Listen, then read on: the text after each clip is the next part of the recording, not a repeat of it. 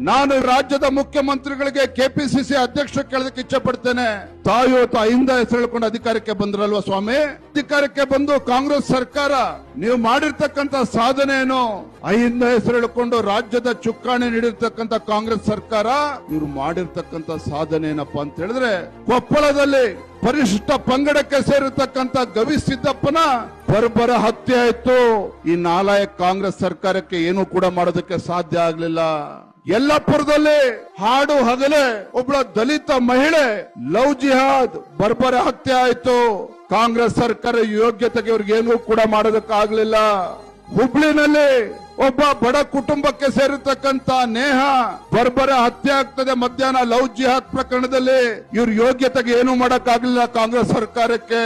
ಅಷ್ಟೇ ಅಲ್ಲ, ಮೊನ್ನೆ ಹಾವೇರಿ ಜಿಲ್ಲೆಯ ನರೇಗಲ್ನಲ್ಲಿ ಹೋರಿ ಓಡಿಸ್ತಕ್ಕಂತ ಸಂದರ್ಭದಲ್ಲಿ ಕುರುಬ ಸಮಾಜಕ್ಕೆ ಸೇರಿರ್ತಕ್ಕಂತ